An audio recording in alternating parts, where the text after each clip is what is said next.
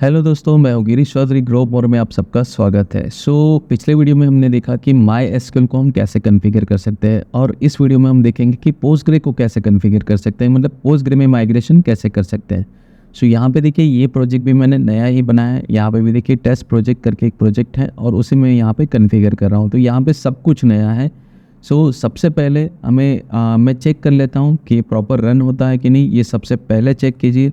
Run server, क्योंकि problems कभी-कभी इसी में होती है और हम पूरे प्रोजेक्ट में ढूँढते रहते हैं कि क्यों, क्या हो रहा है, क्या नहीं हो रहा है। देखिए पैकेज तो अभी भी इंस्टॉल नहीं है, वो मैंने आपको बताया था, और एसक्यूएलाइट 3 है तो उसको तो हम डिलीट कर देंगे, ठीक है। यहाँ पे हम चेक कर लेते हैं। सबसे पहले यहाँ पे क्लिक करते हैं।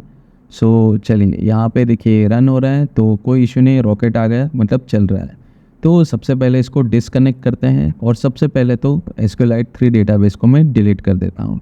और अब जैसे हमने माईएसक्यूएल के लिए यहाँ पे एक डेटाबेस क्रिएट किया था, तो वैसे ही हम पोस्टग्रे के लिए भी एक डेटाबेस क्रिएट करेंगे। तो pgadmin4 रेडीमेड ही मैं कर लेता हूँ।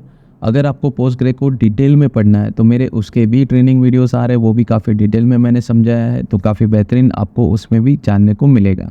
अभी फ़िलहाल मैं जस्ट डेटाबेस क्रिएशन के लिए ही इसको यूज़ कर रहा हूँ, ठीक है। चलिए ये स्टार्ट होता है, तब तक वेट करते हैं। यहाँ पे ये स्टार्ट हो गया, मुझे पासवर्ड मांग रहा है, तो जो डिफ़ॉल्ट पासवर्ड है मैं ये दे देता हूँ पासवर्ड, ठीक है। जो भी है तो कोई इशू नहीं है अभी। तो यहाँ पे देखिए जो सर्वर्स है, तो यहाँ पे पोस्टग्रे में जो डेटाबेस है मेरे पास अभी एक ही, ये डिफ़ॉल्ट डेटाबेस है और यूज़र नेम भी यही रहता है पोस्टग्रे में, ठीक है। डिटेल में आप मेरे ट्रेनिंग वीडियो में देख सकते हैं। तो यहाँ में क्रिएट डेटाबेस और यहाँ पे मैं क्रिएट बना कर देता हूँ। इसमें भी मैं टेस्ट डीबी ही नाम दे देता हूँ, तो कोई इश्यू नहीं है। सेव।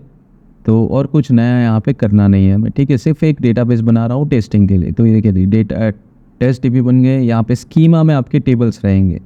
स्कीमा में पब्लिक्स में ये आप देख रहे हैं टेबल। तो अभी फ़िलहाल यहाँ पे कोई टेबल नहीं है, ब्लैंक है, ठीक है। अब इसी को हम यूज़ करते हैं। तो चलिए सबसे पहले इसका सेटिंग के बारे में देखते हैं। तो जैसे यहाँ पे भी हमें एक पैकेज इंस्टॉल करना है, दैट इज़ पोस्टग्रे का पैकेज है। तो सबसे पहले हम इसको इंस्टॉल करते हैं। तो चलिए इसको इंस्टॉल कर लेते हैं। ये इंस्टॉल होता है तब तक हम सेटिंग देख लेते हैं। तो पोस्टग्रे के लिए क्या सेटिंग करना है, चलिए ये भी इंस्टॉल हो गया। यहाँ पे देखिए एसक्यूएलाइट का जहाँ डेटाबेस सेटिंग है वहीं पे हमें पोस्टग्रे का करना है। जैसे डेटाबेस का नेम है, यूज़र नेम बाय डिफ़ॉल्ट पोस्टग्रे का यही होता है। अगर आपके एडमिन ने चेंज किया है तो वो आप यहाँ पे पासवर्ड के साथ दे सकते हैं। होस्ट सेम इस माईएसक्यूएल, अगर आप क्लाउड बेस पे हैं तो आप यहाँ पे आईपी एड्रेस कर सकते हैं, और पोर्ट सेम है, ठीक है। तो इसको मैं यहाँ पर रिप्लेस करता हूँ हमारे प्रोजेक्ट के सेटिंग में। प्रोजेक्ट के हम सेटिंग में जाते हैं और डेटाबेस के साथ में रिप्लेस कर देता हूँ। तो यहाँ पे जो डेटाबेस की कोडिंग है उसको मैं रिप्लेस कर दूंगा, जो डिफ़ॉल्ट है एसक्यूएलाइट का, ठीक है। तो चलिए ये रिप्लेस हो गया।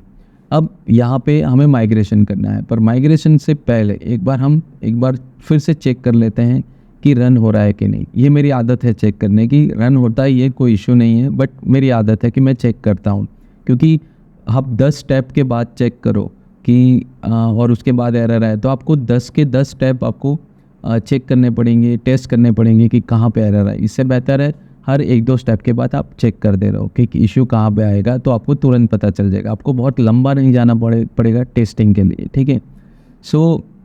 यहाँ पे देखिए रन हो रहा है, तो यहाँ पे डिफ़ॉल्ट डेटाबेस को ये डिटेक्ट करेगा। तो बेसिकली यहाँ पे हमारा एसक्यूएलाइट 3 तो बनेगा नहीं, क्योंकि हमने सेटिंग चेंज कर ली है, ठीक है।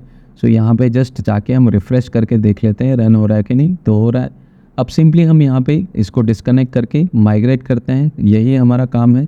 यहाँ पे हम डिफ़ॉल्ट माइग्रेट है वही करना है हमें। यहाँ पे जस्ट मैं लिखता हूँ माइग्रेट।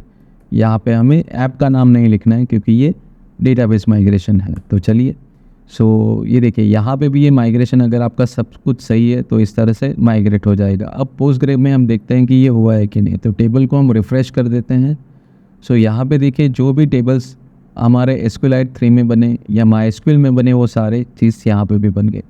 अब फ्यूचर में आप जो भी मॉडल्स बनाओगे या उसको माइग्रेट करोगे तो वो सारे टेबल्स कहाँ पे बनेंगे, पोस्टग्रे में। और जैसे मैंने माईएसक्यूएल में कहा है या फिर एसक्यूएलाइट 3 में भी कहा है कि आप मॉडल में जो चेंजेस हैं वो टेबल में डायरेक्ट मत कीजिए। अगर टेबल की कॉलम्स में या कुछ डेटा टाइप में कोई भी चेंजेस आपको करने हैं तो आप अकॉर्डिंग आप मॉडल्स थ्रू कीजिए। डायरेक्ट ये करेंगे तो जेंगो ऐप का फेल होने का चांसेस बहुत ज़्यादा होता है, आपको सब कुछ फिर से करना पड़ेगा।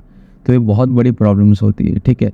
सो यहाँ पे हमारा जो जेंगो का ORM ट्रेनिंग है, मास्टरी है, वो यहाँ पे ख़त्म होता है। अब आगे यहाँ पे हमारा बेसिक कोड डेवलपमेंट स्टार्ट होगा। सो नेक्स्ट वीडियो से हमारा कोड डेवलपमेंट स्टार्ट होगा कि कैसे हम इंसर्ट, अपडेट, डिलीट ये सारे ऑपरेशंस कर सकते हैं अलग अलग टेबल्स के साथ, उसके रिकॉर्ड्स के साथ कैसे उसको रिप्रेजेंट कर सकते हैं बूटस्ट्रैप के साथ। तो ये सारी चीज़ें हमें अब आने वाले वीडियो में मिलेगी। सो यहाँ पे हमारी ORM की सीरीज़ है वो ख़त्म होती है। आई होप कि इस सीरीज़ आपको बहुत पसंद आई होगी और आपने बहुत कुछ सीखा होगा, क्योंकि इस सीरीज़ में मैंने ऐसी बहुत सारी चीज़ें कवर की हैं, बहुत सारी जो शायद नेट पे भी ठीक तरह से नहीं दी हुई है, किसी यूट्यूब चैनल पे आपको ठीक तरह से ये सारी डिटेल में, इतनी डिटेल में चीज़ें नहीं मिलेगी, क्योंकि इतनी मेहनत है। तो आपको रिक्वेस्ट है कि आप सपोर्ट कीजिए, शेयर कीजिए ज़्यादा से ज़्यादा जितना हो सके इस चैनल को, और सब्सक्राइब कीजिए। ये वीडियो पसंद आया तो लाइक कीजिए और बेल आइकन पे क्लिक कीजिए। सो आज के लिए धन्यवाद।